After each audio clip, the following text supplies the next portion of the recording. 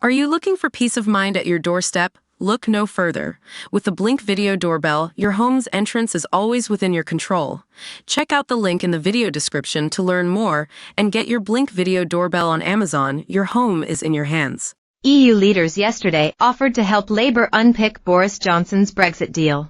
Irish Premier Simon Harris said his country would help facilitate a closer deal with the UK every way we can around any European table. Mr. Harris said there was a willingness to have those conversations in Brussels about a new deal, which could include a form of free movement for young people.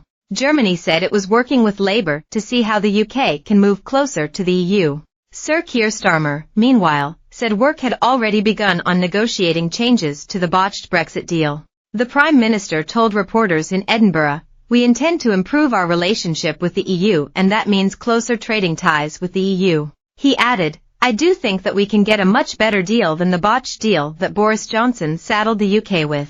Discussions could be held this week when Sir Keir meets EU leaders in the margins of the NATO summit in Washington. They are likely to be accelerated when he hosts a summit of European leaders later this month. Business Secretary Jonathan Reynolds welcomed the constructive attitude of EU leaders. He said Labour was right to explore closer trade ties, but insisted the government would not revisit constitutional arguments about Britain's membership of the EU. Mr. Johnson yesterday warned that Labour was beginning a great sell out of the British public over Brexit.